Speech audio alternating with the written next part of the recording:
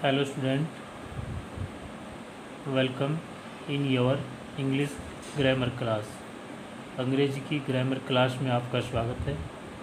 आज आपका जो चैप्टर है ग्रामर से वो डायरेक्ट और इनडायरेक्ट स्पीच का इम्पेरेटिव सेंटेंस है।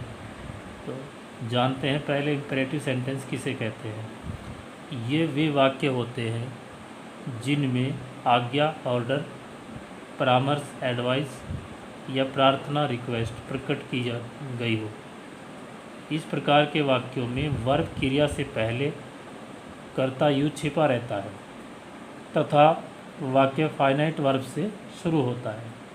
तो इसके लिए रूल है हमारे पास, रिपोर्टिंग वर्ब सैड को भाव के अनुसार निम्न प्रकार से बदलते हैं। अब 3 प्रकार के भाव ऊपर हमने बताए हैं, ऑर्डर आज्ञा, परामर्श एडवाइस और फिर रिक्वेस्ट प्रार्थना। तो पहले ऑर्डर को लेते हैं। यदि ऑर्डर का भाव पाया जाए तो क्या करना हमको होता है, रिपोर्टिंग वर्ब कैसे चेंज करते हैं। यदि ऑर्डर या आज्ञा का भाव है तब ऑर्डर्ड करते हैं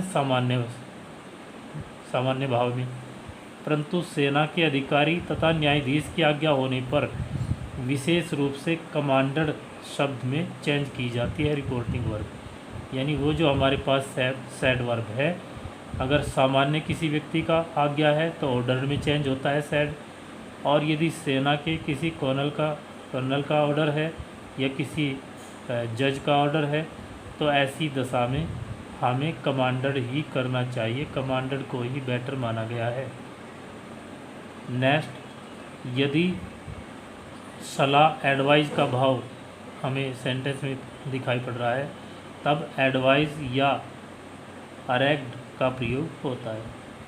या तो एडवाइस का प्रयोग करते हैं या अर्ज का प्रयोग होता है। तीसरी कंडीशन है, यदि प्रार्थना रिक्वेस्ट का भाव है तब रिक्वेस्टेड का भी लगा सकते हैं, बेग्ड भी लगाते हैं और इम्प्लोर्ड का भी प्रयोग कर सकते हैं, इंट्रेटेड आदि शब्दों का प्रयोग कर सकते हैं। एक बार फिर थोड़ा सा सांकेतिक रूप से मैं बताना चाहूँगा इसको नीचे।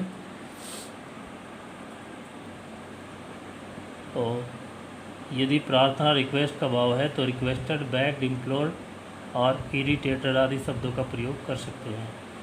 तो हमने फिर एक बार फिर मैंने कहा था सांकेतिक रूप से रिपोर्टिंग वर्ब, मान लीजिए सैड या सैड टू है। तो पहला है आज्ञा, सामान्य रूप से हो तो इसको सैड या सैड टू को ऑर्डर में चेंज करते हैं, लेकिन यदि ये कर्नल या न्यायाधीश की आज्ञा है तब इसको कमांडर में चेंज करते हैं। दूसरा है सलाह अगर है एडवाइस तो इसको एडवाइस में बदल देते हैं। तीसरी कंडीशन है प्रार्थना का भाव होने पर इसको रिक्वेस्टेड में भी चेंज कर सकते हैं, बैक में भी, इम्प्लोर्ड और इंट्रेटेड। इसके बाद रूल नंबर 2 है, रिपोर्टेड स्पीच के वर्ब से पहले इन्वर्टेड कोमाज के स्थान पर टू कंजक्शन का प्रयोग करके इसे infinitive two plus verb first का रूप बनाया जाता है। यानी वो जो इन्वर्टेड कोमाज है, जिस प्रकार से पहले असर्टिव में हमने दैट कंजक्शन यूज़ किया था उसके स्थान पर इंट्रोगेटिव फर्स्ट टाइप में इफ़ या वेदर किया था, और सेकंड टाइप में हमने कोई कंजक्शन नहीं बल्कि क्वेश्चन वर्ड को ही कंजक्शन बना दिया था। लेकिन यहाँ पर हमने इसके लिए टू जो परिपोजिशन है उसको वर्ब की फर्स्ट फॉर्म से पहले लिख करके इन्फिनेटिव का रूप दिया जाता है। जैसे एग्जांपल है, the teacher said to him, अध्यापक ने उसको कहा। ये आपका रिपोर्टिंग वर्ब है यहाँ से लेकर के यहाँ तक का। अब इन्वर्टेड कोमास के अंदर रिपोर्टिंग स्पीच है, सिट इन योर क्लास, अपनी क्लास में बैठिए, एंड लर्न योर लेसन, और अपने लेसन को लर्न कीजिए। तो क्लियर हो रहा है टीचर ने उसको ऑर्डर किया है। तो जब हम इसको इनडायरेक्ट स्पीच बनाई है हमने, तो द टीचर सैड टू को हमने यहाँ पर ऑर्डर्ड में चेंज किया है रूल के according. The teacher ordered him, और इन इन्वर्टेड कोमाज के स्थान पर ये टू कंजक्शन की जगह इसने ले ली है, और फिर आगे ये वर्ब फर्स्ट है तो ये इन्फिनेटिव कहलाता है।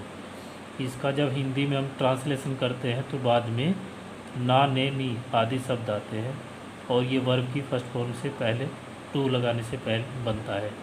तो ये हमारा इन्फिनेटिव रूप हो गया वर्ब का।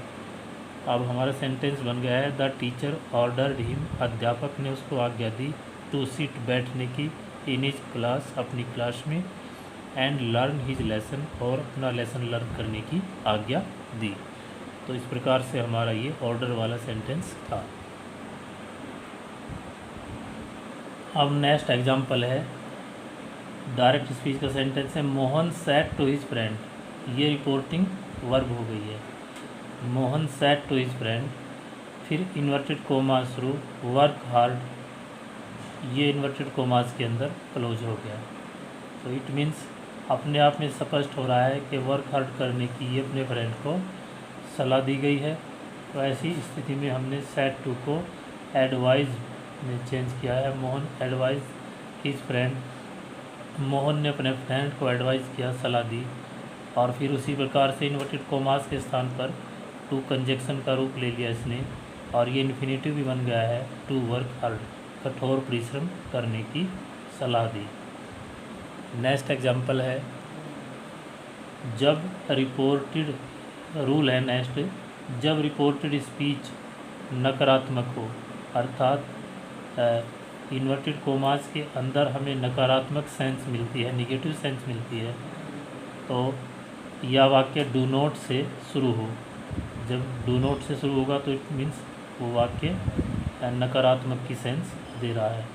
तो ऐसी स्थिति में निम्न दो विधियों से हम जो है इनडायरेक्ट स्पीच बनाते हैं।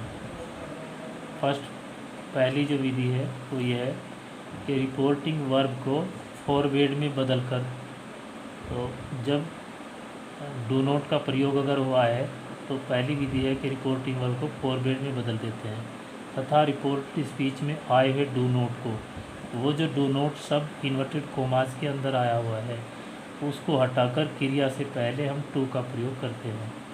जैसा कि हमने एग्जांपल्स लिया इसका, the teacher said to the boy, ये हमारा रिपोर्टिंग वर्ब का सेंटेंस हुआ।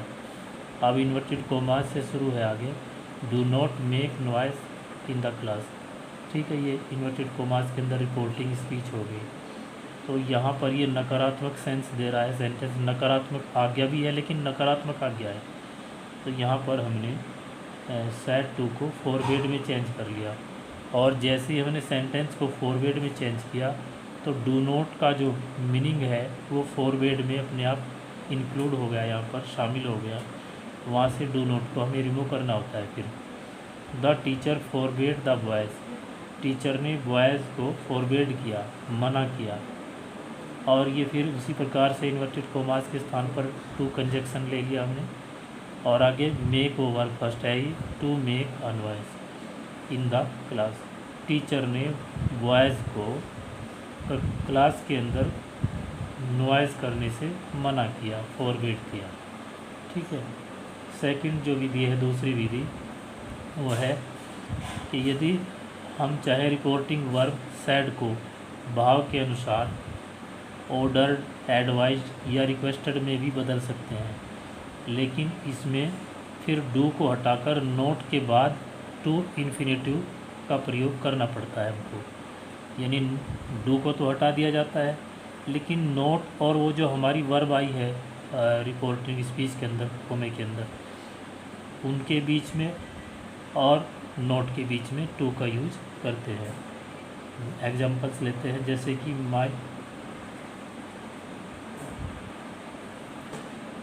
ये एग्जांपल लिया हमने डायरेक्ट स्पीच का, my father said to me, मेरे पिता ने मुझे कहा।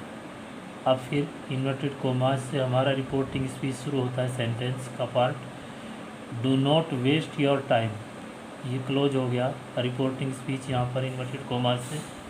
तो इनडायरेक्ट स्पीच बनी है माई फादर, चूँकि यहाँ पर ये हमने कहा था अभी डू नॉट को हटाएंगे तो एडवाइज़ की गई है, माई फादर एडवाइज्ड मी, और डू को हमने रिमूव कर दिया इसमें से, नोट के और वेस्ट के बीच में हमने टू जो भी बताया था उसको पुट किया, यहाँ पर इंसर्ट किया, my father advised me not to waste my time. मेरे पिताजी ने मुझे सलाह दी कि मैं मेरा समय वेस्ट न करूं, बर्बाद न करूं। तो डू को हटा दिया जाता है, जो नोट है और जो वर्ब है उनके बीच में टू लगता है। फिर ऐसी स्थिति में कंजक्शन नोट बन जाता है फिर ये, ठीक है, क्योंकि टू तो नोट से बाद आता है। फिर नेक्स्ट आगे, रिपोर्टेड स्पीच जब नेवर से प्रारंभ हो, कभी कभी नेवर वाले सेंटेंस भी आ जाते हैं हमारे सामने। तो यदि रिपोर्टेड स्पीच जब नेवर से शुरू हो रही है तब रिपोर्टिंग वर्ब को एडवाइज में बदल देते हैं और नेवर तथा क्रिया के बीच टू का प्रयोग करते हैं। समझिए एग्जाम्पल को। The teacher said to the student, teacher ने स्टूडेंट को कहा, नेवर वेस्ट योर टाइम, कभी अपना समय बर्बाद मत करो। तो ध्यान से देखिए, जब हमने सेंटेंस को इनडायरेक्ट स्पीच में चेंज किया, द टीचर सैड को एडवाइज्ड में चेंज कर लिया रिपोर्टिंग वर्ब को यहाँ पर, the teacher advised the student. फिर ये नेवर जो का तो रहा जिस प्रकार से नोट था, लेकिन यहाँ डू तो है नहीं, इसलिए डू तो हटाने की ज़रूरत नहीं है, ना इसमें है। आपको केवल नेवर और वेस्ट है जो शब्द वर्ब है, नेवर और वर्ब के बीच में टू लगाना है यहाँ पर, जैसे हमने इस टू को लगाया है। Never to waste his time. The teacher advise the student, teacher ने स्टूडेंट को एडवाइज किया कि वो कभी अपना समय बर्बाद ना करे। तो नेवर वाले वाक्यों में फॉरवर्ड का प्रयोग नहीं हो सकता, ठीक है, क्योंकि वो तो कभी नहीं है, ठीक है। अब नेक्स्ट रूल है, यदि रिपोर्टेड स्पीच में सर, प्लीज़, काइंडली ऐसे जो सम्मान देने वाले शब्द आ जाते हैं कभी कभी, तो ऐसे शब्दों का प्रयोग है, तब इन शब्दों को हटाकर रिपोर्टिंग वर्ब में फिर हम सैड को रिक्वेस्टेड में चेंज कर लेते हैं, रिक्वेस्टेड का प्रयोग करते हैं। एग्जाम्पल लेते हैं आगे पेज में। डायरेक्ट स्पीच का एग्जाम्पल है, the servant said to his master, ठीक है, ये रिपोर्टिंग वर्ब हो गया इन्वर्टेड कोमाज से पहला।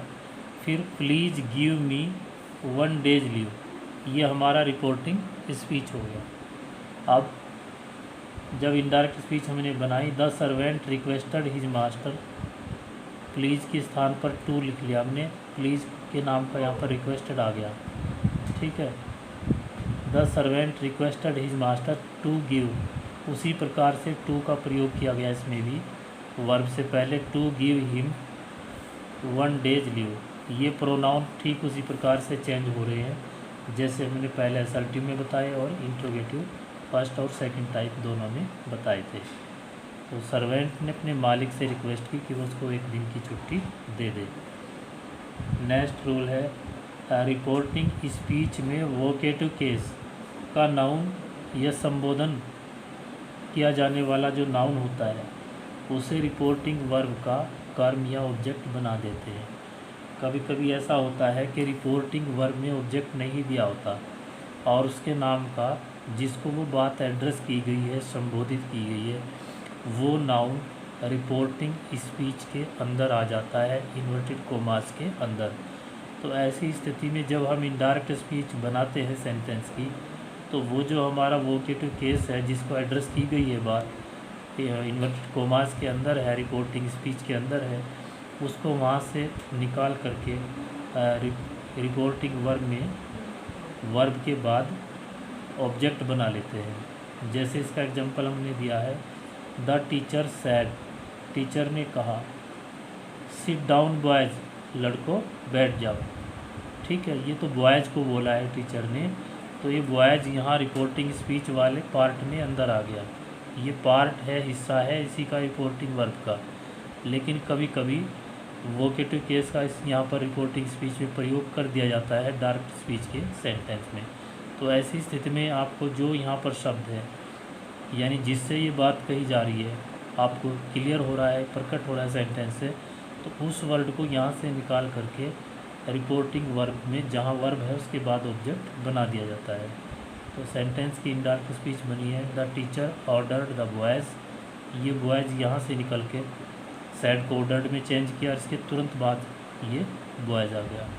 The teacher ordered the boys, फिर वही टू लगा इन्वर्टेड कोमास के स्थान पर, टू सिट डाउन, टीचर ने बॉयज़ का ऑर्डर किया बैठने के लिए। ठीक है, तो ये आपका इम्परेटिव के रूल थे।